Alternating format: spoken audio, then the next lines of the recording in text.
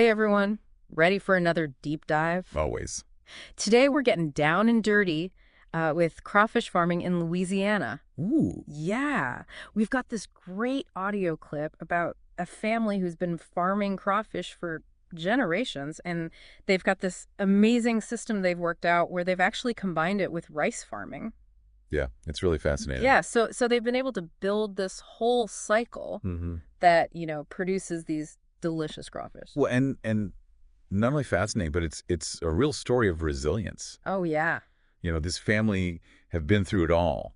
They started off with cattle, then they moved to beans, and then in the 80s, they hit upon this rice and crawfish rotation. Wow. And that's really what's taken them to this whole other level. Okay, so we're not talking about, just catching crawfish out in a creek somewhere, right? Right, No, yeah. this is like full-on agriculture, like Yeah. supplying crawfish to restaurants all over the country. Yeah, nationwide. I mean, one of the family members, Jeremy Poe, in the clip, he described it really simply. He said, trap, sell, pack them with ice, and ship live. Right. But I have a feeling it's a little more complicated than that. Oh, absolutely. There's a lot more to it.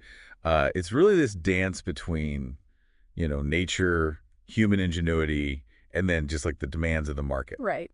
So that, it starts off, they plant their rice in April, Okay. flood the fields, and then in May, they introduce the crawfish seed. Oh, wow. So they're like planting the crawfish right there in with the rice. Yeah, it's like this little secret ingredient right there amongst all that rice stubble. That's so cool. What happens when it's time to harvest the rice, though? So that's where things get really interesting. After they harvest the rice, they drain the fields, and the crawfish, they burrow underground. What? Yeah, up to 8 feet deep. No way. Yeah, they're like little escape artists. They just wait down there until the next act begins. 8 feet underground. It's insane. So they're just like hanging out down there until... Until around October, and that's when the fields are flooded again. Okay. And that's when you see these crawfish moms come up with their eggs and their babies in tow, Ah. and they're ready to start the cycle all over again. Wow. So it's not just about giving them a place to live. It's like actually triggering their whole life cycle. Exactly. That's incredible. But, okay, hold on. We're talking about flooding fields and crawfish burrowing underground. Mm-hmm. This has got to be like a water management nightmare. It is. It's crucial. They're constantly irrigating, Oh, wow. making sure that the water's flowing, preventing any stagnation. Yeah. Louisiana's warm climate is great for crawfish, Yeah. but they really need that fresh flowing water to thrive. So what's it actually like for this family on a day-to-day basis? We heard in the audio clip about, these long days. Yeah. Can you paint us a picture of what a typical day looks like for these crawfish farmers? Sure. So they're up early, about 7 a.m., and then they head out on their boats and they're putting out baited traps like every 8 seconds. They're constantly on the move, Yeah. checking those traps, relocating them. It's just this high energy dance across these flooded fields. I'm tired just thinking about it. Yeah. Talk about a workout. So the crawfish go straight from the trap to like processing or... Well, actually, they've got a whole system for grading the crawfish. Okay. They separate them into 4 different sizes. Mm-hmm. You've got your peelers, your mediums, large, and extra large. Okay. And you know what they say? The bigger they are, Yeah. the better the price. Makes sense. So it's not just about, being organized. It's like part of their business strategy. Absolutely. That's really interesting how something as simple as the size of the crawfish can Mhm. really affect their bottom line. For sure. And then, Jeremy talked about shipping them live. Right. So they really have to work quickly. They clean the crawfish in the water bag, ice them down, load them up on trucks, and get them sent out to restaurants all over the country. Wow. Straight from Louisiana to tables across the country, Yeah. all thanks to this family's hard work. Yeah. We keep talking about crawfish and rice, but it seems like they've really figured out how to make these two things work together. Like they're two pieces of a puzzle. Yeah, exactly. They're not just crawfish farmers. Right. They're rice farmers, too. And they've really brilliantly woven these two crops into a single system. Wait, so how does that work? It's a symbiotic relationship Okay. that really benefits both the crawfish and the rice. I'm still picturing like rice paddies over here and crawfish ponds over there. Are we talking about the same fields? That's the beauty of it. Yeah. They use the same land and the same infrastructure for both crops. Oh, wow. So they plant the rice, flood the fields, and those same flooded fields become the perfect habitat for the crawfish. So the crawfish are just living it up while the rice is growing. Exactly. That's amazing. Yeah. It's like they've created this closed loop system Yeah. where they're maximizing all their resources and minimizing waste. I'm starting to understand why they've been so successful. It speaks to their ingenuity, and their adaptability and their deep connection to the land. And it sounds like it's a tradition that's really intertwined with both the environment and the economy of Louisiana. Oh, absolutely. It's way more than just a food production story, right? Right. It's about family heritage and a way of life that's just woven into the fabric of that whole region. For sure. And it makes you wonder how this delicate balance that they've created is going to be affected by things like climate change Oh, yeah. or, evolving consumer preferences. That's a great question and one that we need to unpack. But first, I want to learn a little bit more about how they manage this incredible dance between the rice and the crawfish, because I'm still trying to wrap my head around how they make it all work. It's a fascinating process. Yeah. And there's definitely a lot more to uncover. So let's dive into the details. Let's do it. It really all comes down to timing, Okay. and a deep understanding of both crops. Mm-hmm. It's like a relay race. Oh, okay. Rice takes the lead in the spring. Yeah. They plant it, they flood the fields, they let it grow.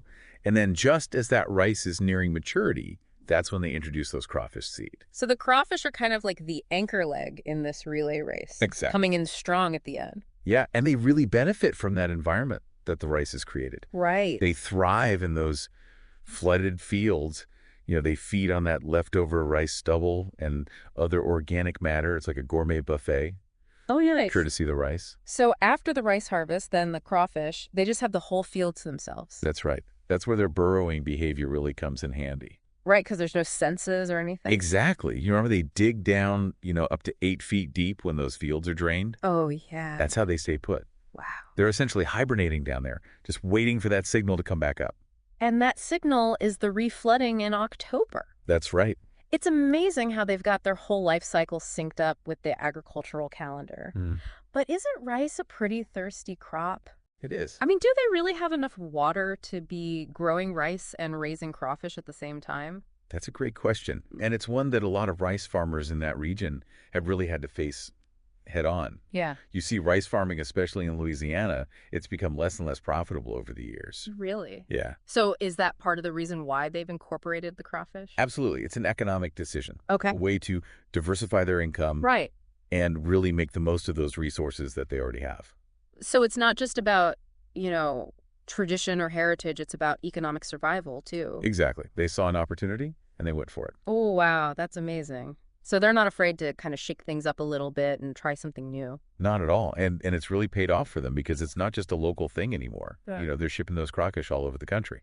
Well, you mentioned earlier that they were shipping them live. Yeah. That seems pretty ambitious logistically. I mean, how do they even do that? Well, they've got a really well-oiled machine going. Yeah. Yeah. They've got a network of trucks and even planes to transport these crawfish work. Really? Planes? Yeah. Wow. They're packed with ice, carefully monitored and delivered fresh to restaurants and markets all over the place. That's so impressive that they've created this whole, distribution system just to keep up with demand. Mhm. It really makes you realize, how much work goes into getting those crawfish, from the field to your plate. It does. We've talked a lot about the how, but I want to kind of circle back to the why, what's really driving this family, this dedication to crawfish farming. I mean, it's got to be more than just a job to them, right? Oh, absolutely. Yeah. You can just hear it in Jeremy's voice in that clip. Right. There's a deep sense of pride there, Yeah. a connection to that land, and a love for the tradition. Yeah. It's a way of life that's been passed down through generations.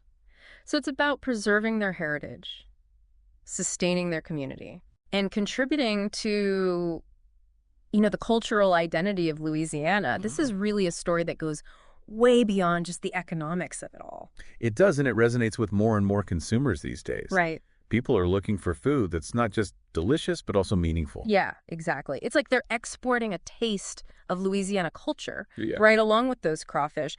But we can't ignore, the elephant in the room. Things like climate change, water scarcity, shifting consumer preferences. Right. These are all things that could really have a huge impact on, the future of crawfish farming. Absolutely. And that's something that we need to talk about. Yeah. How is this industry going to adapt to the challenges of the 21st century? Right. Will they be able to maintain this really delicate balance that they've created between tradition and innovation?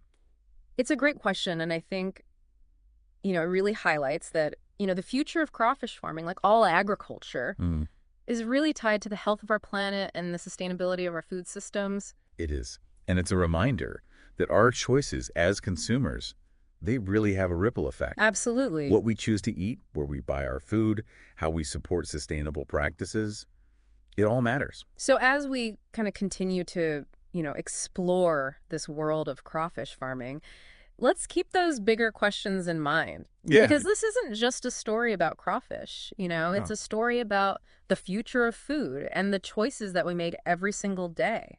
Yeah, it really does make you think about, all the different choices we make and the impact that they have. Mhm. We often talk about sustainability as this big abstract idea, Yeah, but here we've got like a really great a example, real world example. yeah, of how it all actually plays out. And it just highlights how interconnected everything is. We can't talk about crawfish farming Right. without talking about water resources and climate change and consumer demand. It's all connected. Yeah, it really is this complex web that we're all a part of. So, where do we go from here? I mean, what can we do as individuals to support, these sustainable food systems and make sure that, these traditions like crawfish farming can continue to thrive? Well, that's the big question, isn't it? And there's no easy answer, Yeah. but I think awareness is key. Okay. Educating ourselves about where our food comes from, Hmm.